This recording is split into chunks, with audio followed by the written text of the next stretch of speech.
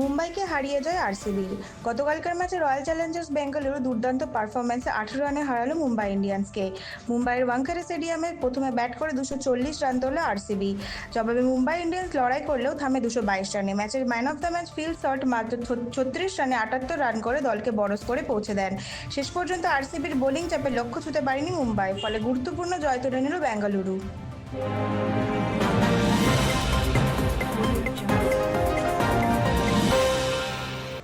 Supreme কোর্টে SIR মামলার শুনানি। ভোটাধিকার নিয়ে অনিশ্চয়তা লক্ষ লক্ষ মানুষ। আর Supreme Court of India SIR মামলা গুরুত্বপূর্ণ শুনানি নিয়ে চরম উৎকণ্ঠা তৈরি হয়েছে। ট্রাইব্যুনালে বৈধ প্রমাণিত হলেও আসন্ন নির্বাচনে ভোট দিতে পারবেন কিনা সেই প্রশ্ন এখন বড় হয়ে উঠেছে। প্রশ্ন উঠেছে, বৈধ বলে প্রমাণিত হলেও ভোটের আগেই কি ভোটার তালিকায় নাম অন্তর্ভুক্ত করা সম্ভব হবে? এই সমস্ত প্রশ্নের উত্তর পেতে আজ সর্বোচ্চ আদালতের নির্দেশের দিকেই তাকিয়ে রয়েছে লক্ষ লক্ষ মানুষ। জানা যাচ্ছে, এই মামলার বিচারাধীন রয়েছে 60 লক্ষেরও বেশি ভোটার। এর মধ্যে 27,16,393 জনকে অবৈধ বলে চিহ্নিত করা হয়েছে। ফলে তাদের আদালতের রায় সরাসরি প্রভাব ফেলতে পারে তাদের ভোটাধিকার এবং ভবিষ্যতের ওপর।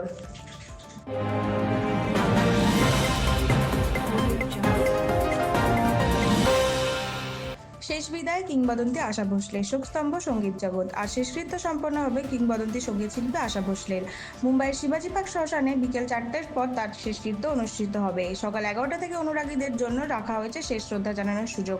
সকাল থেকেই তার বাড়িতে ভিড় জমিয়েছে অসংখ্য তারকা, সহকর্মী এবং ভক্তরা। সঙ্গীত জগতে তার অবদান আজও অমলিন। তার এই মৃত্যুতে শোকের ছায়া নেমে এসেছে গোটা দেশ জুড়ে।